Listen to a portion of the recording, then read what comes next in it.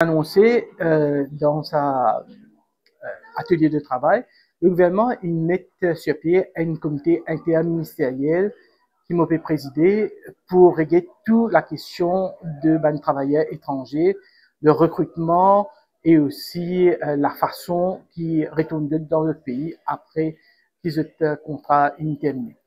Et nous avons fait une différence entre les travailleurs étrangers qui victime de maltraitance, qui est victime d'abus de employeurs, qui pas fini de la paye.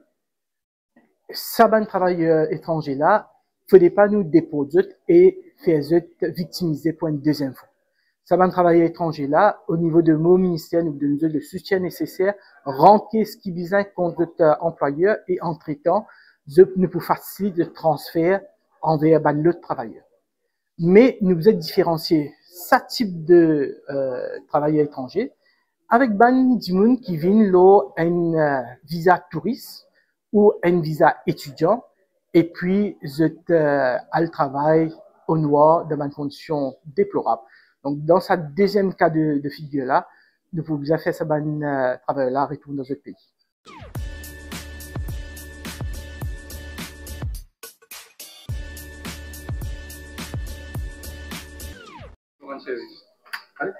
Donc, Monsieur le ministre, la rencontre de syndicalistes ce matin, et parmi nous, nous étions depuis que vous avez revoir le CA de 50 000 dans plusieurs secteurs, nous écoutons.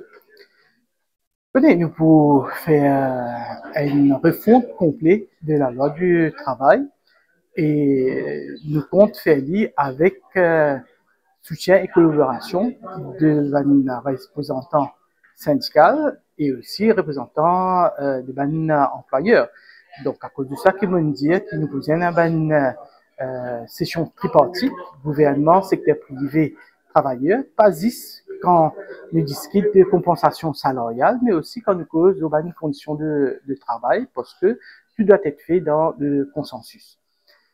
Nous finissons beaucoup de représentations de travailleurs qui touchent plus que 50 000 roupies, qui maintenant tombent en dehors définition worker, pour les besoins de workers rights act, et de ce fait, je pas finir compensation salariale et je sens lésé. Bon, le Workers Rights Act, il est applicable à tout ban travailleur qui touche moins de 50 000 roupies, mais il n'est pas concerne 10 salaires. Il concerne aussi les conditions de travail, les congés qu'ils ont gagnés, les facilités qu'ils ont gagnées. Et je pense, oui, qu'il est pour nous régler le seuil de 50 000 roupies qui est applicable pour les travailleurs, parce que maintenant, avec l'inflation, avec le réajustement salarial, il y a beaucoup de travailleurs qui visent à être protégés, mais qui touchent plus que 50 000 roupies aujourd'hui. Et Monsieur le ministre, le fait de remarquer de ce maintenant, il y a tellement d'usines qui font n'importe et qui arrivent à travailler locaux et même à travailler étrangers aussi. Non, l'usine pas peut faire la pause. Il y a deux cas, le cas de Kuros et le cas de Stornitware. Dans le cas de Kuros pas fin payer ce ban travailler et fin servi comme argument que le gouvernement doit aller casse. Donc, le niveau de mon ministère, officier une session de travail avec représentants Kuros, avec syndicalistes, représentants d'un travailleur, et nous avons un arrangement que les travailleurs pour regagner cette casse avec payer pour échelonner dans plusieurs semaines. Dans le cas de Stornitware, c'est un dossier qui le gouvernement peut suivre depuis plusieurs semaines et d'ailleurs le cabinet il met sur place un comité interministériel qui moi me préside ce comité là. Nous finissons une session de travail avec Stornitware. Stornitware, comme on connaît, il décide pour terminer le contrat de 236 travailleurs. Et il y a les procédures à suivre. Le TIVSA attend une décision de Redundancy Board. Je ne pas suivre les procédures et donc de n'agir d'une façon illégale. Et nous, au niveau du ministère, nous devons prendre ce cas-là très au sérieux. Donc, pour une bonne sanction contre Stornitware et ben dirigeant de Stornitware, côté travailleurs qui sont licenciés, nous devons donner tout le soutien nécessaire. Nous assurons qu'ils gagnent tout casse qu'ils sont supposés gagner. et nous pour faciliter l'entrée sur le Workfare programme. Nous pouvons aussi faciliter le transfert de ces travailleurs-là à l'autre usine qui peut retenir travailleurs étrangers. Donc, travailleurs standardisés, c'est un machiniste, c'est un gens qui a l'expérience. Et nous, au niveau du ministère, nous pouvons faciliter le transfert à une autre usine de Maurice. Je connais qui déjà un manque de main-d'œuvre, Maurice, et surtout dans le secteur textile et tout, des unes sont affaires là. Déjà, qui ont pas un travail étranger, et dans le cas qui connaît qui une PME, une entreprise, pas capable de soutenir, tenir sa choc économique qui fait pas ça, dans les études là. Et en cas qu'il trouve en commun cette usine déterminée qui arrive le marché du travail et surtout un travail étranger. On réduit où? L'usine pas fermée, c'est-à-dire pas fermée, il existe réduire le nombre de travailleurs, mais sinon l'usine a encore opéré. Comme je dis, au niveau de nos ministères, nous avons beaucoup de demandes pour recrutement des travailleurs étrangers, qui est un signe qui est une reprise des activités économiques dans le pays depuis qu'il y a un nouveau gouvernement, mais trouve un changement, donc du plus optimiste, donc du plus investir, et vous avez un travailleur. Donc au niveau de mon ministère, nous, bien sûr, considérons toute bonne demande de recrutement de travailleurs étrangers, mais la priorité reste à un travailleur mauricien. Donc, il faut dire qu'il y a un travailleur mauricien qui est capable de faire le travail pour nous donner le permis de travailleur étranger. Les Argentins, dans le discours, on exprime une certaine fermeté concernant la déportation d'un travailleur étranger, d'un officier PIA, on met deux ans, alors qu'ils ont un case dans la cour, et je ne peux pas payer un autre argent parce que je n'ai déjà pas dit. C'est une nouvelle approche de la part du gouvernement? Oui, comme on a annoncé dans sa atelier de travail, le gouvernement il met sur pied un comité interministériel qui m'a présidé pour régler toute la question de travailleurs étrangers, le recrutement et aussi la façon qu'ils retournent dans le pays après qu'ils aient contrat terminé.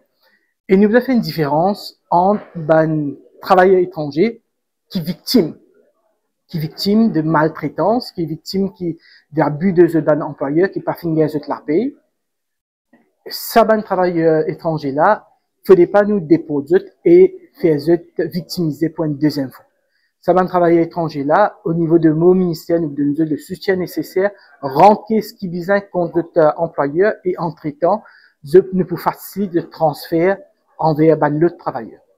Mais nous vous êtes différenciés, ça type de travailleurs étrangers, avec du monde qui vient là un visa touriste ou un visa étudiant, et puis vous êtes à le travail au noir dans une condition déplorable. Donc dans ce deuxième cas de figure-là, nous pouvons faire ce travail-là retourner dans notre pays. Dans la condition, étudiant étranger, il faut beaucoup de travail dans le service et dans une station-service, c'est-à-dire l'essence, et dans un supermarché. Vous pouvez faire les tours dans sa manière de situer l'association correcte là? Étudiant étranger, ce gain de travail 21 temps par semaine. Donc, normal, c'est un étudiant, nous fait même comme étudiant à l'étranger, que nous sommes capables de nous battre pour gagner une petite casse. Donc, il n'y a pas de problème du moment qu'ils ont fait travail, moins ce qui 21 temps par semaine. Et nous avons au sein de mon ministère l'équipe qui a fait une inspection, qui justement a vérifié et assurer que ces étudiants-là pas pu exploiter, et même quand tu employé pour 21 heures par semaine, je peux gagner le salaire minimum, je peux gagner les temps qu'ils ont besoin, je peux travailler qu'ils ont besoin, et puis il y a aucune exploitation à ce niveau-là. Donc c'est pourquoi on annonce un peu paiement, ben salaire, le même travail, même la paix. C'est un peu dans cette optique. Le pompiste mauricien, il y a plus ça pompiste. Non, ça c'est convention internationale, il est clair.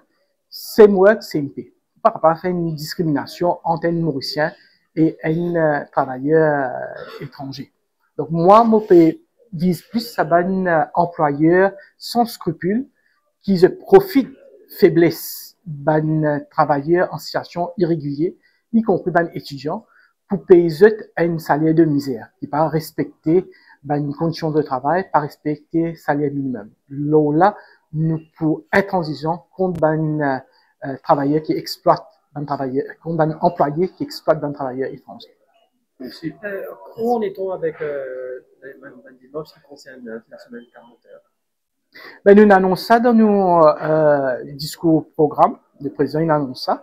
C'est une mesure qui nous compte implémenter, mais bien sûr, nous voulons avoir une consultation parce que nous devons prendre en considération un secteur prioritaire et il ne faudrait pas qui non plus nous pénalise les travailleurs qui nous retrouvent avec perte d'emploi.